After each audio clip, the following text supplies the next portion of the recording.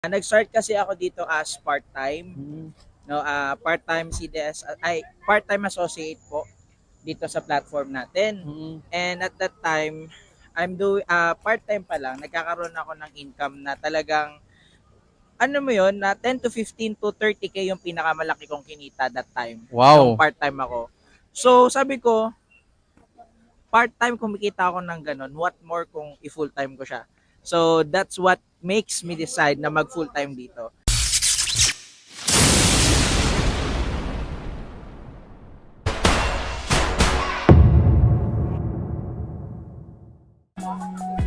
Ayun. So, nandito kami ngayon sa Bohol. Yon yung Chocolate House. So, let's take this opportunity na maka-interview natin yung mga coaches natin na nandito. Kasama natin sa Bohol. So, ayun. Yung una natin nakita si Coach Awis. Ayun. Coach Awis, okay lang po ba Coach Awis na mag-interview ako sa'yo? Yeah, sure. Alright po. Well, Sige, yeah. so, by the way, si Coach Awis. Habang naglalakad tayo. Ayun. So by the way pala si Coach Awis, isa itong chef from US. So ngayon nag full time na dito sa community namin. Interviewin natin saglit si Coach Awis. Coach Awis, Sure. what makes you decide na mag full time dito sa community natin sa CDS Apostol? Okay. What makes actually money? Hindi, joke na. Hindi, syempre bukod dun sa money, nag-start kasi ako dito as part-time. No, part-time CDS ay part-time associate po dito sa platform natin. And at that time, I'm doing part-time pa lang, nagkakaroon ako ng income na talagang ano mo 'yon, na 10 to 15 to 30k yung pinakamalaki kong kinita that time. Damn!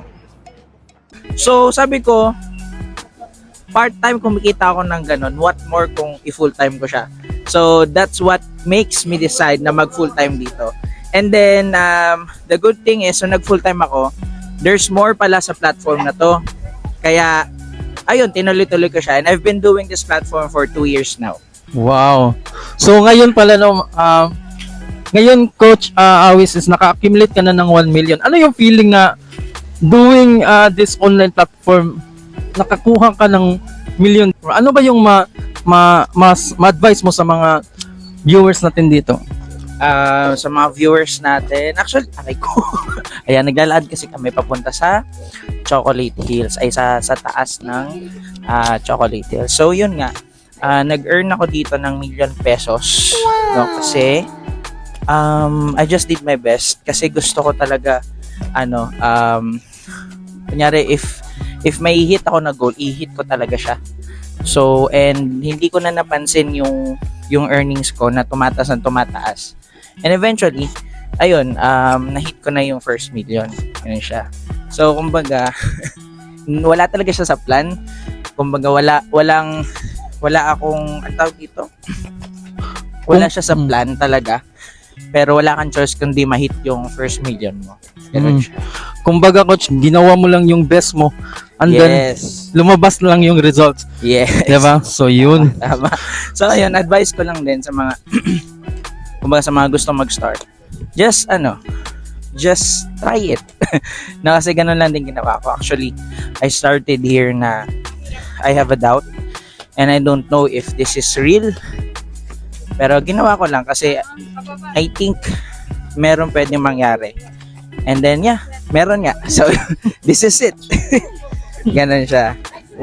So, ayun. Mapagod ako sa interview na to. Hiningan lang si Coach Awis. Kasi napakataas kasi, di ba? Malapit na kami. Ayun, so, sana yun. Ayun, nandito pala. Tigil tayo dun. Woo! Grabe, ang taas.